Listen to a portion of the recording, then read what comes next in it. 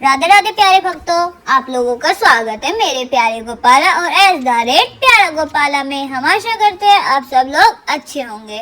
आज हम आपके लिए लेकर आए हैं उत्पन्न एकादशी की व्रत कथा। हम जानते हैं कि आप सभी लोग छोटी कथा देखने में बड़े आपको अच्छी लगती है, तो इसके लिए हम आपको अब सभी एकादशी की छोटी छोटी जो कथाएं हैं वो लेकर आएंगे। हम आशा करते हैं आप इस कथा को पूरा जरूर सुनेंगे और ये कथा ज्यादा बड़ी नहीं है, तो आप इसको आसानी से पूजा करते समय जरूर सुनिएगा। धन्यवाद। नमस्ते दोस्तों, आज के हमारे इस वीडियो में हम आपके लिए लेकर आए हैं उत्पन्न एकादशी की पौराणिक कथा। और एक समय की बात है, भगवान श्री कृष्ण और युधिष्ठिर महाराज के बीच में संवाद हो रहा था। युधिष्ठिर महाराज कहते हैं, हे भगवान, आप कहते हैं कि सहस्त्र यज्ञ करने से जो फल प्राप्त होता है उसकी तुलना मात्र एक एकादशी के व्रत से मिलने वाला फल से नहीं किया जा सकता। कृपया कर मुझे मार्गशीर्ष मास में के जो श्री कृष्ण पक्ष में आने वाली एकादशी के महत्व के बारे में बताइए कि यह एकादशी इतनी विशेष क्यों है और किस प्रकार से यह इतनी मंगलाय बनी है। इसके उत्तर में भगवान श्री कृष्ण जी कहने लगे, मार्गशीर्ष मास की एकादशी पक्ष में आने वाली एकादशी पर एक भक्ति को एकादशी व्रत करना प्रारंभ करना चाहिए और इस उत्पन्न एकादशी को कहते हैं। इस प्रकार भगवान ने उत्पन्न एकादशी की व्रत कथा शुरू करने लगे। तब सतयुग में एक समय मूल नाम का एक अत्यंत भयानक दानव रहता था, जिसने कि अपने क्रोध में बलुधर बल को स्वर्ग से राजा इंद्र सहित सहस्त्र देवताओं को पराजित करने के लिए अपने यह नियंत्रण कर लिया था और इसलिए स्थिति में मुक्ति प्राप्त होते हुए वह श्री भोलेनाथ बाबा के पास समस्त हुए। सभी देवी देवताएं भोलेनाथ बाबा के पास आए और स्वयं से पूरी जो बात है वो बताने लगे। भोलेनाथ जी से प्रार्थना करने लगे कि हे भगवान। तब भगवान श्री कृष्ण जी ने उनको बोला, देवराज इंद्र, इस घोर कष्ट की स्थिति में आपको केवल भगवान श्री हरि की मुक्ति प्रदान कर ही सकते हैं और इसलिए आप उनकी शरण में जाइए। वह अवश्य आपको संरक्षण प्रदान करेंगे। यह सुनकर सभी देवलोग भगवान हरि जी के पास आ गए। उनकी शरण में क्षीर सागर पहुँचे। वहां जाकर उन्होंने भगवान विष्णु जी से प्रार्थना करी और कहने लगे, हे भगवान, कमल नयन है, मधुसूदन आप स्वर्ग है और आप संवेद अपनी शरण में आने वाले की रक्षा करते हैं। हे प्रभु, ब्राह्मणी कुल में नाड़ी जग नामक एक शक्तिशाली दैत्य उत्पन्न हो रहा है, जिसने सभी देवताओं को संग्रह करके और प्रतिज्ञा ली है कि जिसका पुत्र है मूर है, इसका नगरी का नाम यह है। चंद्रदेवती और उसके त्रिलोक की हाहाकारी मचाने लगा है।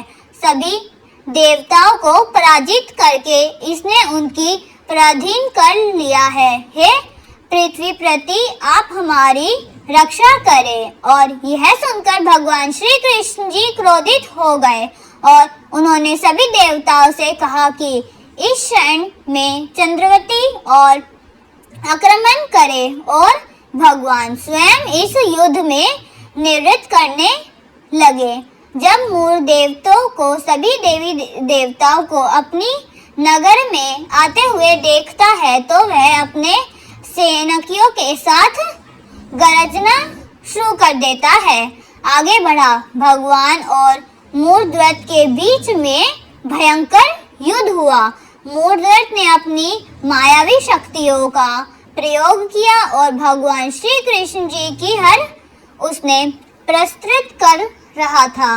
इस प्रकार देवताओं के 1000 वर्षों तक यह युद्ध चलता ही रहा। इसके बाद भगवान श्री कृष्ण जी ने अपनी एक दिव्य लीला प्रकट करी और भगवान श्री कृष्ण जी अचानक युद्ध क्षेत्र से अवरुद्ध हो गए और ब्रदिज्ञा आश्रम में चले गए। वहां उन्होंने हमरती नाम की एक अत्यंत सुंदर गुफा में विश्राम करा। जब मूर्देव को यह बात पता चली कि भगवान विश्राम कर रहे हैं तो उसने निरीक्षण किया और अब वह भगवान हरि जी के वध करने के लिए गुफा में चला गया। ऐसे निर्दयी कर वह गुफा में पहुंचा और उसी समय भगवान श्री कृष्ण जी के शरीर से एक अति तेजक कन्या उत्पन्न हुई। यह बिजली के समान तीव्र और संरक्षण अस्त्रों शास्त्रों से अश्रुत थी। इस कन्या ने मूर्ख देव को युद्ध के लिए ललकारा और इसे देखकर जो मूर्ख भी था वह चकित हो गया और वह युद्ध को ललकार को अनुसरण नहीं कर पा रहा। उसने भगवान को छोड़कर उस कन्या से युद्ध प्रारंभ कर दिया। अचानक उस कन्या ने कृति में मूर्धृत को नाश करते हुए उसका जो सर है वो अलग कर दिया धड़ से, जिससे उसकी मृत्यु हो गई। जैसे ही उसकी मृत्यु हुई भगवान श्री कृष्ण जी निंदा से उठते हैं और उस तेजस्वी कन्या से पूछते हैं, देवी आप कौन हैं और इस अनुधर का वध किसने किया है? तब अपने हाथ जोड़कर विनम्रता से कहती है, हे भगवान पूर्ण परंपरा भगवान श्री कृष्ण जी हरि, मैं आप ही की दिव्य शरीर से उत्पन्न हुई हूँ और यह अनुसरण आपकी श्रुति पहुँचाना चाह रहा था, इसके लिए मैंने इसका वध कर दिया। यह सुनकर भगवान अत्यंत प्रसन्न हुए और उन्होंने कहा, हे देवी आपने सभी देवताओं को 1 महीना संकट से बचा लिया है और आपने इस परंपरा से भी मुझे प्रसन्न कर दिया है। आप जो भी चाहती हैं मुझसे मांग लीजिए। यह सुनकर वह कन्या बोली, हे प्रभु यदि आप मुझसे प्रसन्न हैं तो मुझे वरदान दीजिए कि आज के दिन जो भी मैं उत्पन्न होंगे, जो भी व्यक्ति आज के उपवास करेगा उसकी पूजा आराधना करेगा और उससे संरक्षण पापों का नाश मैं कर सकूंगी।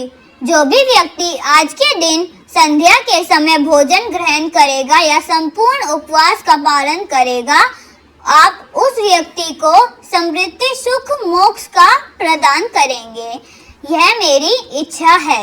यह सुनकर भगवान श्री कृष्ण जी बोले, देवी आप मेरी आराधना शक्ति के रूप में भगवान कृष्ण के पक्ष के 11वें दिन उत्पन्न हुई है, इसलिए संसार आपको उत्पन्न एकादशी के नाम से जानेगा। इसके बाद से हर मास में 11वें दिन की एकादशी के नाम से जाना जाएगा, जो मेरी अति प्रिय दिन होगा। इस दिन मेरी पूजा अर्चना करने वाले को स्वयं सुख मोक्ष की प्राप्ति होगी। जय श्री हरे कृष्णा। तो भक्तों, ये थी आज की उत्पन्न एकादशी की कथा। आप कमेंट करके जरूर बताइएगा आपको ये कथा कैसी लगी। हम आशा करते हैं आपको यह कथा अच्छी लगी होगी। तो लाइक, कमेंट, शेयर और सब्सक्राइब करना ना भूलना और कमेंट में हरे कृष्णा लिखना भी ना भूलना। धन्यवाद प्यारे भक्तों।